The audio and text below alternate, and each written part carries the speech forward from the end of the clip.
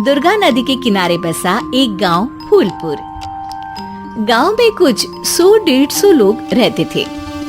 अंजलि, जो कि पास ही के जिले में रहती थी और 12वीं पास कर चुकी थी, उसके पिताजी ने बेटी को जल्दी विदा करने के लिए उसकी शादी फूलपुर गांव के मुकेश से करवा दी थी। मुकेश कभी स्कूल नहीं गया था और इस कारण वो पढ़ा लिखा नहीं था और बाकी गांव वालों की हालत भी मुकेश जैसी ही थी। मुकेश के घर में उसके माता पिता भी रहते थे। सासू माँ, मैं बाहर मंदिर तक जा रही हूँ, आधे घंटे में आ जाऊंगी। अरे अभी कहीं जाने की जरूरत नहीं है, चुपचाप जाके रसोई में रात के खाने की तैयारी करो। और ये घूंघट क्यों हटा लिया है तुमने?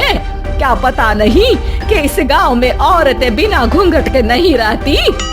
रात में अंजलि छत पर जाकर अपनी मम्मी से बात कर रही होती है। तभी गांव की 3-4 औरतें उसे देख लेती है और दरवाजे पर आकर उसकी सास से शिकायत करने लगती है।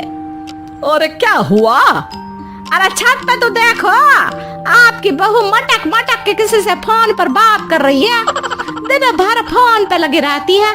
अरे कल तो मंदिर के पास वो क्या कहते हैं, सेल्फी ले रही थी। शहर की बहू रखना अच्छा शान की बात है, पर देखना इसके लक्षण से ये तो तुम्हारे परिवार को बदनाम ना कर दे। ये पहली बार नहीं था जब सास से गांव के लोगों ने अंजलि की बुराई या शिकायत नहीं की हो। अब तो ये रोज की बात थी। अंजलि ये सब सुन लेती है। जब वो नीचे जाती है तो मुकेश भी वहाँ आ जाता है। सास कहती है, बेटा, लोग घर आकर शिकायत करने लगे हैं बहू के कामों की। देख लो, पति हो, संयम से रखो इसे। माँ जी, मैं तो अपनी माँ से बात कर रही थी क्योंकि यहाँ कोई बात करने लायक ही नहीं है और अब मैं माँ के पास ही रहूंगी। वहाँ क्या रहना, वहाँ बाहर के लोग तो ठीक है पर घर के लोग भी इज्जत ना दे सके। अरे नहीं नहीं अंजलि, ऐसा नहीं है, धीरे धीरे सब ठीक हो जाएगा, तुम फिक्र ना करो। अरे बस कुछ बोलना ही नहीं है, सर पे चढ़ा रखा है बहू को। सास मुकेश की नरम बात सुन के वहाँ से मुंह चढ़ाकर चली जाती है। मैं तो कहती हूँ हम दोनों शहर चले जाते हैं। मैं पढ़ी लिखी हूँ, मुझे वहाँ नौकरी भी मिल जाएगी और थोड़े दिनों में आप भी वहाँ कुछ काम ढूंढ लेना। अरे नहीं नहीं अंजलि, हम यहाँ ना गांव का खेत, माँ पिताजी को छोड़कर शहर नहीं जा सकते। माँ पिताजी को कैसा लगेगा और गांव वाले क्या सोचेंगे? ये कहकर मुकेश सोने चला जाता है और अंजलि की गांव वालों द्वारा बुराई का सिलसिला बहुत दिनों तक चलता ही रहता है। लेकिन अंजलि गुस्सा ना दिखाते हुए समझदारी से काम लेती है। बारिश का मौसम चालू हो जाता है। जोरदार बारिश से पूरे गांव में हाहाकार मच जाता है। दुर्गा नदी में बाढ़ आ जाती है और बाढ़ का पानी पूरे गांव की फसल तबाह कर देता है।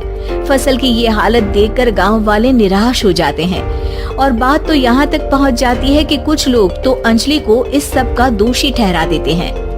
अरे पूरी फसल तबाह हो गई, पता नहीं किसकी नजर लग गई है। अरे जब से चौधरी परिवार में ये शहर की बहू आई है ना, तब से ही गांव की शांति चली गई है। इसके कर्म कांड से माँ दुर्गा नदी भी खुश नहीं है। ये सब सुनकर बेचारी अंजलि रोते हुए अपने घर चली जाती है। कुछ दिन बाद सभी गांव वाले अपनी फसल का मुआवजा लेकर अपने अपने घर आते हैं। मुकेश भी 1500 लेकर आता है। अंजलि को जब पासबुक दिखाता है तो अंजलि हैरान हो जाती है। अरे ये पासबुक में तो उन्होंने 4000 की एंट्री करी है और आपको सिर्फ 1500 दिए। सच में?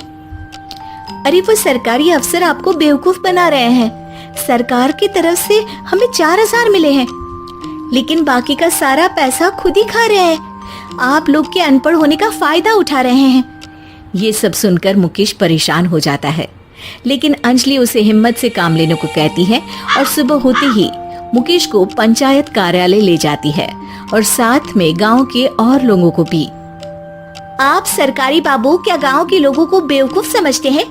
आपको क्या लगता है ये पढ़े लिखे नहीं है तो आप कुछ भी मनमानी करेंगे? ये बेचारे दिन रात इतनी मेहनत करते हैं, ये हमारे अन्नदाता हैं और आप इनके साथ ऐसा धोखा करते हैं। अरे क्या बके जा रही है ये लड़की? किस धोखे की बात कर रही है? अपने कांड करके नदी माँ को नाराज करके हमारा नुकसान करके इसे चैन नहीं मिला क्या? सरपंच जी, इन सरकारी बाबू ने मुझे बेवकूफ बनाया है और मेरे हिस्से के पैसे खुद चट कर गए। बस ये सुनते ही सरपंच वहाँ से दुम दबाकर भाग जाता है। पता चलता है कि जनपद अधिकारियों ने गांव के सरपंच के साथ मिलकर सबके साथ धोखा किया है। सब लोगों का विरोध शुरू हो जाता है और आखिर में अधिकारी सब गांव वालों के हिस्सों के बचे हुए पैसे उन्हें लौटा देते हैं और कई दिन तक सरपंच गांव में लौटता ही नहीं। अंजलि, तुम नहीं होती तो हम गांव वालों को तो पता ही नहीं चलता कि ये हमें हर बार बेवकूफ बनाते हैं।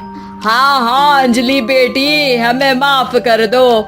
हम सब तुम्हें बुरा भला कहते रहे, लेकिन तुमने ही आज हमें बेवकूफ बनाने से बचाया है। हमें तुम पर गर्व है बेटी।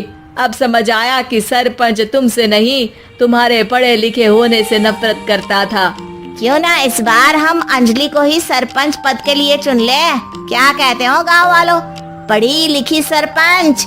बस पूरा गांव अंजलि के लिए ताली बजाता है और अंजलि की सास उसे खुशी से गले लगा लेती है।